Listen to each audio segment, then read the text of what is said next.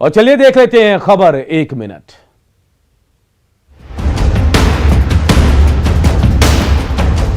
Corona से बचाव के लिए टीका जरूरी है, लेकिन झारखंड में एक गांव के लोग इसके बारे में जानते ही नहीं। गिरिडीह के देवरी प्रखंड का ये गांव है, जहां लोगों को अभी तक कोरोना वैक्सीन के बारे में पता तक नहीं है। जंगलों और पहाड़ों में बसे केंदुआ कोला गांव में करीब 800 ग्रामीण निवास करते हैं, लेकिन लोगों को अभी तक कोरोना का टीका नहीं लग सका है। यहाँ के लोग अभी तक कोरोना महामारी के बारे में जानकारी तक नहीं है। वहीं जहां लोग दूसरे डोज का टीका ले रहे हैं, तो केंदुआ कोला गांव में पहली डोज के लिए भी कैंप नहीं लग सका है। लोगों का आरोप है कि स्वास्थ्य विभाग और स्थानीय जनप्रतिनिधि उनकी सुध नहीं ले रहे, जिसकी वजह से वो कोरोना के साए में रहने को मजबूर हैं। अभी तक गांव में स्वास्थ्य विभाग की ओर से कैंप नहीं लगाए जाने पर गंभीर सवाल खड़े हो रहे हैं, जबकि सरकार का साफ आदेश है कि हर पंचायत भवन और गांव में कोरोना टीका कैंप लगाया जाए।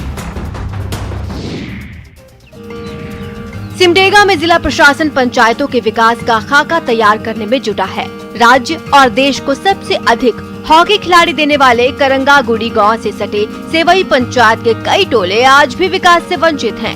डीसी ने सेवई पंचायत के कई भागों का पैदल ही भ्रमण किया, साथ ही इलाके में कमियों और समस्याओं को बारीकी से देखा। उन्होंने इलाके के विकास के साथ लोगों की आर्थिक स्थिति मजबूत करने के लिए कई योजनाओं का खाका तैयार किए जाने की बात कही। जेन्युइनली वहाँ पर बहुत ही बुरा कंडीशन में वो कनेक्टिविटी का पॉइंट था, इश्यू है।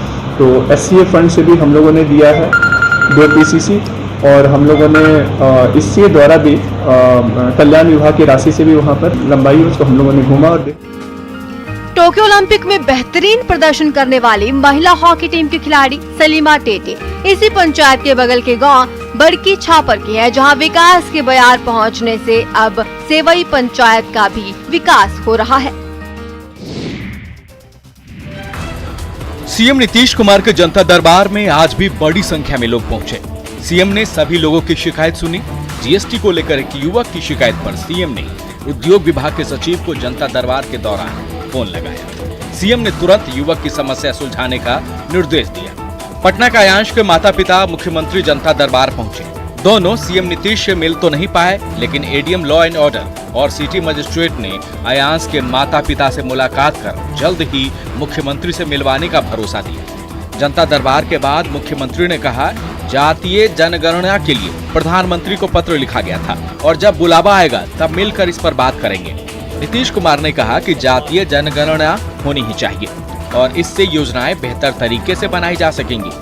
अब उम्मीद है कि समय मिलेगा तो जाकर के बात करेंगे और फिर निर्णय तो सरकार केंद्र सरकार की। वहीं पिछड़ा वर्ग को अति पिछड़ा वर्ग में शामिल करने के सवाल पर सीएम ने कहा कि बिहार में ऐसा कर्पूरी ठाकुर के समय से ही लागू है। जेडीयू के पूर्व अध्यक्ष और नवनिर्वाचित केंद्रीय मंत्री आरसीपी सिंह पटना पहुंचे। जिम्मेदारी मिलने के बाद पहली बार वे बिहार दौरे पर हैं। इसके चलते राजधानी पटना में जोरदार तैयारी की गई। ढोल, नगाड़े, पोस्टर, बैनर और जन आशीर्वाद यात्रा के जरिए शक्ति प्रदर्शन का माहौल बना। जेडीयू के 2 बड़े नेताओं के बीच वर्चस्व की लड़ाई इस कदर हो रही है कि दोनों एक दूसरे से आगे निकल जाना चाहते हैं। दोनों नेताओं के अलग अलग समर्थक अपने बड़े बड़े नेता को बढ़ा चढ़ा कर दिखा रहे हैं। 6 अगस्त को जेडीयू के राष्ट्रीय अध्यक्ष ललन सिंह का पटना में भव्य स्वागत किया गया था और अब आरसीपी सिंह की बारी है। इधर पटना पहुंचने से पहले दिल्ली में आरसीपी सिंह ने कहा कि पार्टी में एक ही नेता है और वो है नीतीश कुमार, बाकी सभी उनकी मदद करते हैं। अब जानते हैं हमारी पार्टी में एक ही नेता है, आदरणीय नीतीश कुमार, और बाकी सब लोग हम लोग उनको मदद करते हैं। हालांकि पार्टी के कई नेता आरसीपी सिंह के स्वागत के लिए नहीं पहुंचे। उपेंद्र कुशवाहा ने बताया कि पार्टी को इसकी जानकारी ही नहीं है। बिहार में कोरोना की दूसरी लहर का कहर धीरे धीरे थमने लगा है और इसके साथ ही लॉकडाउन की पाबंदियों में ढील का सिलसिला भी जारी है। सोमवार 16 अगस्त से ही बिहार के प्राथमिक और मध्य विद्यालय में रौनक लौट आई। करीब 1.5 साल के बाद बच्चे स्कूल में पढ़ने पहुंचे। पहली से 8वीं कक्षा में छात्रों में उत्साह देखा गया। बिहार के शिक्षा मंत्री विजय कुमार चौधरी ने ट्वीट कर स्कूल और बसों के इंतजाम के बारे में जानकारी ली, जिसमें कोविड-19 के सभी प्रोटोकॉल का ख्याल रखा गया है।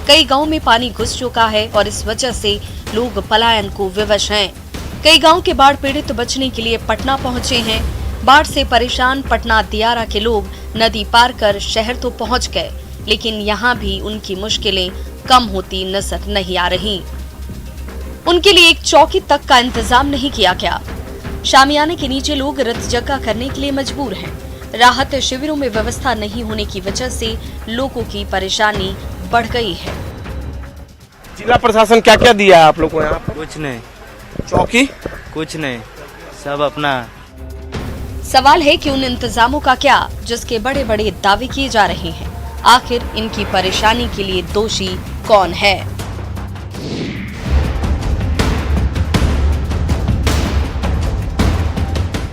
पटना के दियारा इलाके में बाढ़ अभिशाप बनकर आती है। यहाँ रहने वाले लोगों का 5 साल बाद एक बार फिर से बाढ़ ने सब कुछ लील लिया है।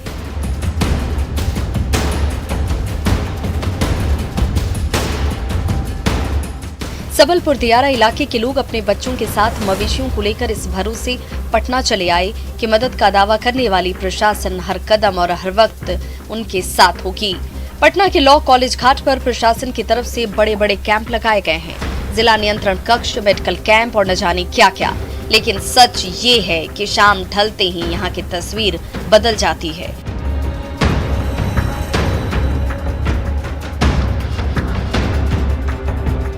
रात में जब न्यूज 18 की टीम जायजा लेने के लिए पहुंची, तब जिला नियंत्रण कक्ष से लेकर मेडिकल कैंप और दूसरे कैंपों का हाल चिंता बढ़ाने वाली नजर आई।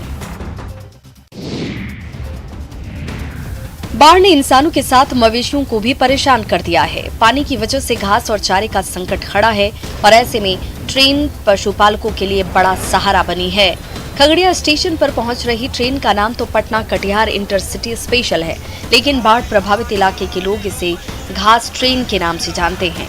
ट्रेन की बोगी की हर खिड़की के पास आपको घास का बोझा लटका हुआ मिल जाएगा। ये बाढ़ग्रस्त इलाके के पशुपालक हैं जो नवगछिया के नारायणपुर से सुबह इंटरसिटी ट्रेन से हरा चारा लाने के लिए बरौनी के आसपास के इलाकों में पहुंचते हैं और घास लेकर वापस इसी ट्रेन से घर आते हैं। घास की वजह से यात्रियों को परेशानी तो होती है, लेकिन पशुपालकों के लिए उनकी परेशानी मवेशियों की परेशानी के सामने कुछ भी नहीं। खगड़िया में गंगा नदी कहर बनकर टूटी है, जिस वजह से मैदानी इलाकों में भी पानी भर गया है और ऐसे में चारे का इंतजाम बमुश्किल ही हो पा रहा है। गंगा का जलस्तर लगातार बढ़ने की वजह से मुंगेर के असरगंज प्रखंड क्षेत्र के चोरगांव, ढोल पहाड़ी और अमैया गांव के लोग घरों में कैद होकर रह गए हैं। हर तरफ पानी ही पानी का साम्राज्य नजर आता है। लोगों के घरों में पानी आने की वजह से ग्रामीणों का जनजीवन अस्त व्यस्त हो चुका है। ग्रामीणों को खाने पीने और पशु के चारे की घोर किल्लत का सामना करना पड़ रहा है। पानी की वजह से लोग अपना घर बार छोड़कर मवेशियों के साथ ऊंचे स्थानों पर शरण लिए हुए हैं। वहीं अभी तक बाढ़ पीड़ितों को किसी तरह की कोई राहत नहीं मिली। इस वजह से ये बेहद परेशान हैं। मुंगेर में एक तरफ बाढ़ के कहर से लोग परेशान हैं, तो वहीं दूसरी तरफ कुछ युवा इस बाढ़ में मौज मस्ती से बाज नहीं आ रहे। ये नजारा किसी वाटर पार्क का नहीं बल्कि नेशनल हाईवे 80 का है, जहां बाढ़ का पानी करीब 2 फीट तक चढ़ चुका है और इसी पानी में युवा NH 80 पर मौज मस्ती करते आपको नजर आ जाएंगे। लखीसराय सदर प्रखंड का टाल क्षेत्र के दर्जनों गांव बाढ़ की चपेट में हैं। गंगा और हरुहर नदी के जलस्तर में बढ़ोतरी की वजह से दर्जनों गांव का सड़क संपर्क जिला मुख्यालय से टूट चुका है। लोग जल कैदी बनकर रह रहे हैं। बाढ़ के चलते लोगों को भोजन के साथ पशुओं के लिए चारे के लिए भी बमुश्किल यहाँ पर कोई इंतजाम हो पाता है। न्यूज 18 की टीम बाढ़ पीड़ितों का दर्द जानने नाव से टाल इलाके तक पहुंची, तो लोगों ने अपना दर्द बयां किया। गंगा में लगातार जलस्तर में वृद्धि के बाद जिले के बढ़ैया प्रखंड में सैकड़ों लोगों का आशियाना डूब चुका है। सड़कों पर पानी का बहाव तेज है, कई जगहों पर सड़क टूट चुकी है और लोगों की परेशानी इस वक्त बढ़ी हुई। लोग जान जोखिम में डालकर रस्सी के सहारे आवागमन करने को विवश हैं। गांव में मेरे चौवन गांव वो चारों तरफ से पानी से घिरा हुआ है। वो एक तरह से जलकैदी कर सकते हैं या जल पल्लवित भी कर सकते हैं। प्रभावित परिवारों को भोजन सहित अन्य सरकारी मदद का समुचित इंतजाम नहीं होने से लोग हलकान हैं। बाढ़ से उत्तर बिहार के कई जिले लगभग 3 महीने से प्रभावित हैं। ऐसे में वहां रह रहे लोगों की परेशानी बढ़ी हुई है। रोजमर्रा की जरूरतें पूरी करने में भी कठिनाइयों का सामना करना पड़ रहा है। प्रशासन की तरफ से मदद के दावे किए जा रहे हैं, लेकिन ये नाकाफी साबित हो रहे हैं। ऐसे में अब लोगों में गुस्सा देखा जा रहा है। खगड़िया में भी लगातार बाढ़ पीड़ितों की परेशानी बढ़ती ही जा रही है। रहीमपुर पंचायत के बाढ़ पीड़ितों ने बाढ़ राहत मुआवजे की मांग को लेकर NH-31 को जाम कर दिया और जिला प्रशासन के खिलाफ जमकर नारेबाजी की। बाढ़ पीड़ितों का कहना है कि पिछले 1 सप्ताह से उनके गांव में पानी है, उसके बावजूद अभी तक किसी प्रकार का कोई बाढ़ राहत सामग्री नहीं दिया गया। लोग बाढ़ से पीड़ित हैं। प्रशासन की ओर से कोई सुविधा नहीं मिला है, न राशन मिला है, न प्लास्टिक किट मिला है, न कुछ मिला है, न नाव तक नहीं मिला है। हम लोग के घर में पानी है, पानी पीने के लिए भी नहीं है। वही जाम की वजह से NH-31 पर वाहनों की लंबी कतार लग गई। शिवहर में एक ओर जहां बागमती नदी खतरे के निशान के ऊपर बह रही है, वहीं दूसरी ओर नदी का पानी बेलवा पंचायत के बेलवा, नरकटिया और इंदरवा आदि गांवों में घुस गया है। 150 से अधिक घरों में बाढ़ का पानी घुस गया है। वहीं लोगों के सामान बाढ़ के पानी में बह गए हैं। बाढ़ का पानी अब लगातार नए इलाकों में फैल रहा है। शिवहर पिपराही झाका SH-54 पर 4 फीट पानी का बहाव हो रहा है। तेज धार की वजह से पैदल भी आवागमन बाधित हो गया है। 1 महीने के भीतर यह दूसरा मौका है जब इलाके के लोगों को सैलाब का सितम झेलना पड़ रहा है। कुछ लोग गांव छोड़कर पलायन करने में लगे हैं, जिसके कारण हजारों की आबादी बाढ़ से परेशान है। अब रफ्तार धीमे है, कांटी सड़क पर पानी चल रहा है। हाँ, जो खुला भाग है गैप पोर्शन, उस पर जो है सो पानी जो है सो जाना शुरू हो गया है। यदि ज़्यादा बढ़ेगा तो हो सकता है नरकटिया गांव में भी प्रवेश कर सकता है। इधर डीएम ने जल संसाधन विभाग के अधिकारियों को मौके पर तैनात रहने और हालात पर नजर बनाए रखने का निर्देश जारी किया है। बेतिया में 2 दिनों से लगातार हो रही बारिश से जनजीवन अस्त व्यस्त है। वहीं सालों पहले बना एक पुल धराशायी हो गया, जिसके कारण आवागमन बाधित हो गया है। ग्रामीणों ने बताया कि सिंगा छापर गांव होते हुए बेतिया को NH-727 से जोड़ने वाली सड़क पर ये पुल लगभग 30 साल पहले बना था, लेकिन रविवार को ये पुल टूट गया।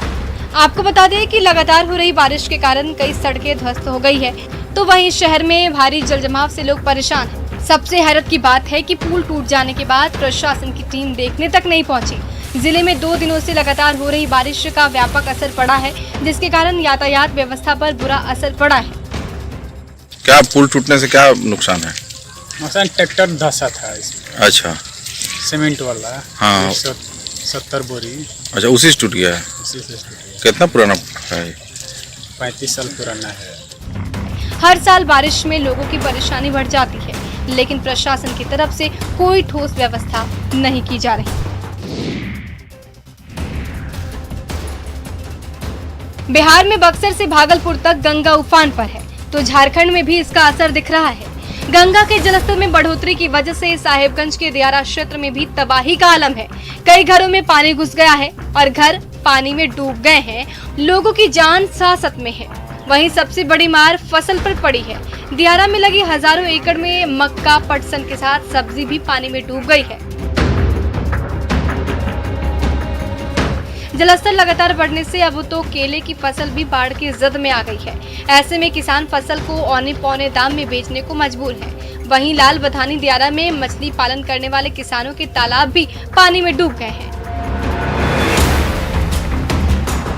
जिससे आर्थिक नुकसान की आशंका जताई जा रही है। दरअसल लगातार बारिश की वजह से गंगा के जलस्तर में कई दिन से बढ़ोतरी हो रही है और उसका सबसे ज्यादा असर किसानों पर हुआ है। मुंगेर में बाढ़ ने इस कदर तबाही मचाई है कि लगभग 100 गांव के लोग अपने घरों को छोड़ खुले आसमान के नीचे रात गुजारने को मजबूर हैं। हालांकि जिला प्रशासन की तरफ से यहां राहत पहुंचाने की कोशिश की गई, पर वो इन लोगों के लिए नाकाफी साबित हो रही है। बाढ़ के कारण अपने घरों को छोड़कर मुंगेर डीएम कार्यालय के सामने खाली मैदान में खुले आसमान के नीचे 50 से अधिक बाढ़ पीड़ितों का परिवार अपना आशियाना बनाए हुए है। ना सोने को छत बचा है और ना खाने को कुछ भी नसीब है। सब कुछ तहस नहस हो गया है। घर के सारे सामान को साथ समेटे एक छोटे से प्लास्टिक के नीचे ये परिवार अपने छोटे छोटे बच्चों के साथ सोने को मजबूर है। इधर मुंगेर डीएम नवीन कुमार ने इस मामले में बताया कि बाढ़ राहत केंद्रों में सभी को 2 समय का भोजन कराने के साथ साथ दवाइयों की भी व्यवस्था की गई। साथ ही बच्चों और महिलाओं के लिए दूध और पशु चारा की व्यवस्था को भी सुनिश्चित करने को कहा गया है। राखी के त्योहार में रेशम के धागे का खास महत्व है। जीविका दीदियों की स्पेशल राखी की बाजार में डिमांड भी खूब है। चाइनीज राखियों के मुकाबले देसी रेशम की राखियां बनाकर जीविका दीदियां अलग मुकाम हासिल कर रही हैं। ये तस्वीरें पूर्णिया की हैं, जहां जीविका दीदियां देसी राखी बनाने में जुटी हैं। दीदियां बेकार पड़े कोकून से रेशम का धागा निकालकर राखियां बना रही हैं। इन महिलाओं को प्रेरणा मिली है पीएम मोदी से।